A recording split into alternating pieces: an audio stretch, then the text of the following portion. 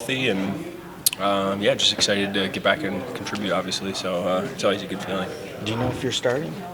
Um, Or can you tell us if you're I starting? do know who's starting, but in the spirit of pure secrecy, I'm not going to say anything. How tough has it just been? I mean, going back to Toronto, you missed a few days after that, and then this thing, I think that was right before Thanksgiving. Yeah, it stinks. I mean, it always stinks. Obviously, being healthy is directly tied to your livelihood. So, it's just an important factor, and it's important to stay healthy. But at the same time, it just things happen, and but really happy to be going now. I've obviously been on the ice here for the last few days and feeling pretty good. So obviously knock on wood, and excited, like I said, to contribute again. How much does the fact you're in a contract here play? Like, do you think about that, or? No. I mean, honestly, I've been in contract years more often than I haven't been in contract years. So it's pretty familiar territory. It's kind of exciting. Sometimes you need to experience something to feel something type of sentiment. So I try to just kind of embrace that process and use it as fuel for the fire. What's the biggest thing after you're coming back after missing a few weeks that you have to get reaccustomed to? Yeah, well, I think first and foremost, you just have to make sure there's no setbacks. And, when you have an injury and then you have a setback later, there's nothing worse. You want to just, nip it in the bud and just make sure that everything's good. And but obviously mentally, don't want to, just feel it out. I want to try to come in and hit the ground running and pick up where I left off. So that's my focus right now, is just being the best goalie version of myself I can be for the team.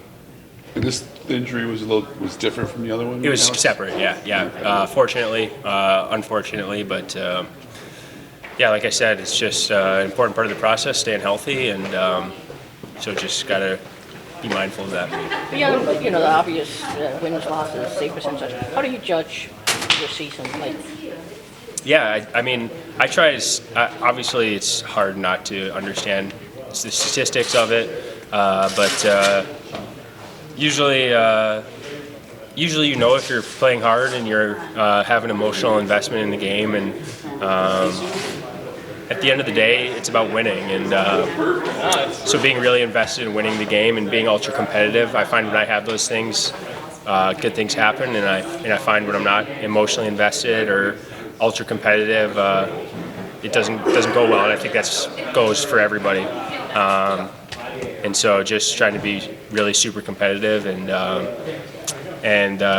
keep winning on the mind. That's kind of how I judge myself. And it looks like you may be getting a little bit of power play time too. I'm sure that's nice for you to get a few extra minutes that way. Yeah, just trying to help the team in any way I can. Feel like I've had a good year 5-on-5 offensively so far, so I'll just gotta hopefully get a little bit more time and produce. Is it in the past when you played the power play? Did you usually play the net front or? No, I usually play the middle or downhill. So it's kind of been a lot of rotation, kind of in and out sometimes over the last basically 2 years now. So hopefully a couple more reps in practice and get comfortable there. You guys are set to face the Flyers again in the close winter time. How do you look back at the last game and what needs to maybe be cleaned up for tomorrow? I think we just got to play with a lot more energy. It was a pretty quiet night in Philly that night, and we got to find a way to create our own jam. And we didn't get enough pucks on net probably to start, and didn't cause enough chaos. We're kind of to the outside too much, so we got to get more, not necessarily traffic, but just more pressure around the net. Make their goalie, not at the top of this crease, not playing the outside. I think we gotta find a way to get to the inside, make little plays, and get to the net. How do you create some energy? Because Saturday, the fans had so much to do with it. Toronto and The Toronto fans or our fans? I was asking you.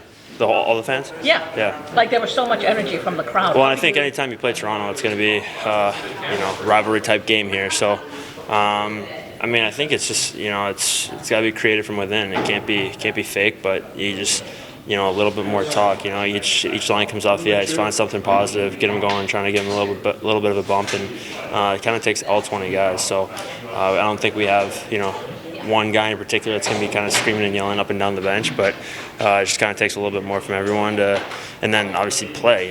You score goals, you play in the offensive zone, you get chances. That momentum kind of takes care of itself. Do you kind of notice as Toronto fans, and does that kind of make it a fun evening for you guys then, basically? Easy to get into. I mean, I would choose our fans over Toronto fans, personally. But I don't know. I think it's just, it's a in-division game. Anytime that happens in the NHL, it's going to be a little bit more of a buzz. And, I don't trying to pay attention to it too much. Just 182. Thank you. Thanks. Derek, Lyon's good to go, and will he start tomorrow? Lyon's good to go. Undecided on him starting it. I still want to get talk to my staff and the medical crew, but he'll be available for tomorrow. And Cam, is he still not before Friday maybe, or? Not until, hopefully we'll have him on the weekend. He'll be unavailable for tomorrow. Hey, Derek, have you guys decided what you're going to do with all three of them? No, we'd like to get there first. We've unfortunately, someone gave me a stat that we're one of the first teams to have 4 goalie wins in the first certain amount of games of the year, which is a good sign.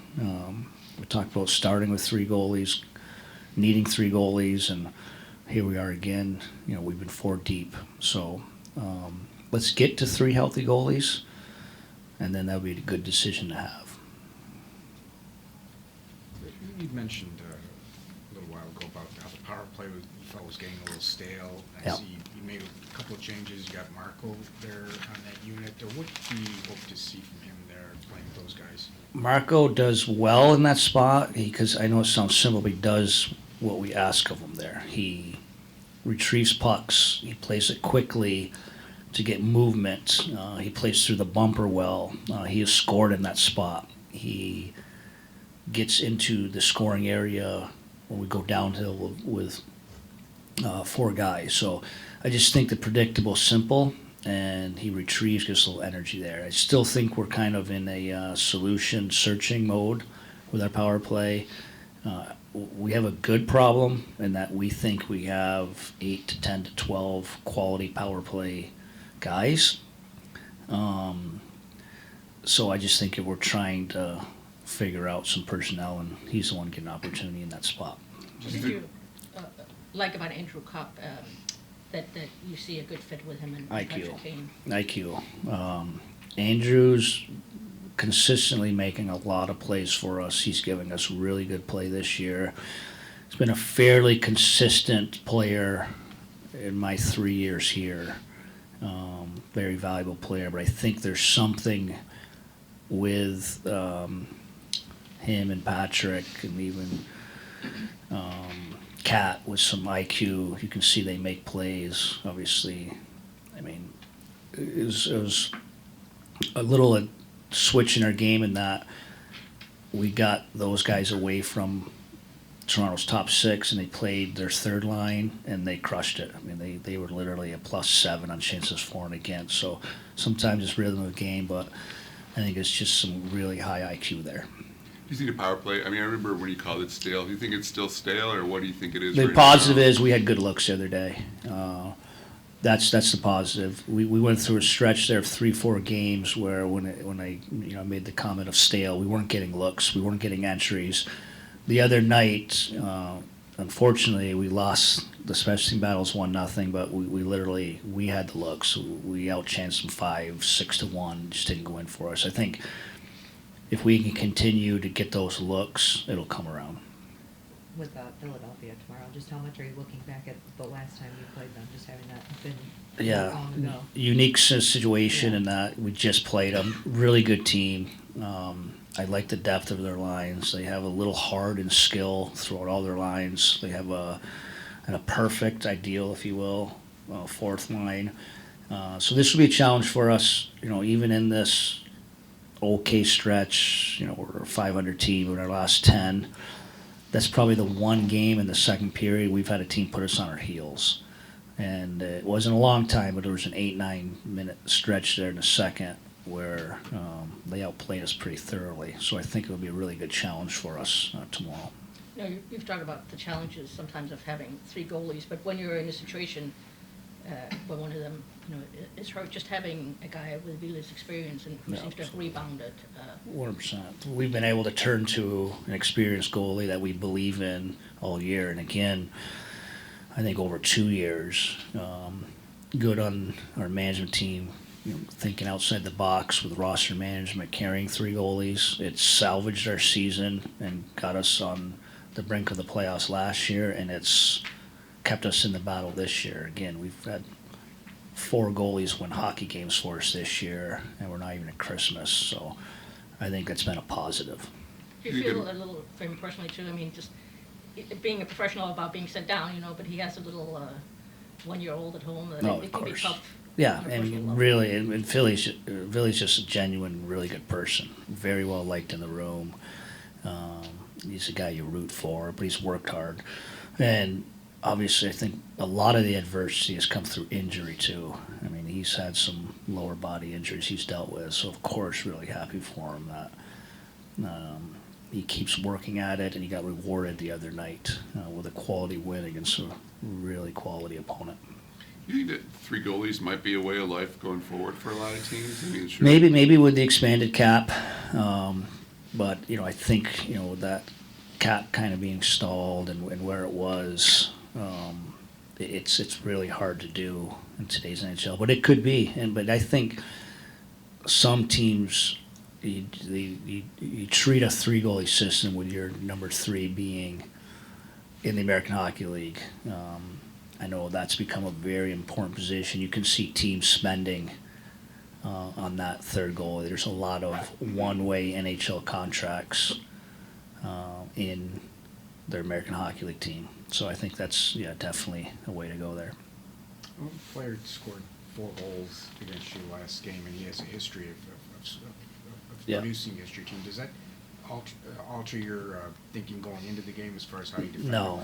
He's just an honest, quality player. That doesn't like, their top nine's an issue. I mean, that's a really good team, and they've been playing like that. But that just goes to show why they're a quality team. I think right now pushing for the playoffs is the depth. So, and I don't know if it was so much a great game by him, but I mean, one was an open netter. He just got to some hard areas, so it's probably a little bit more, you know, we gave him a breakaway.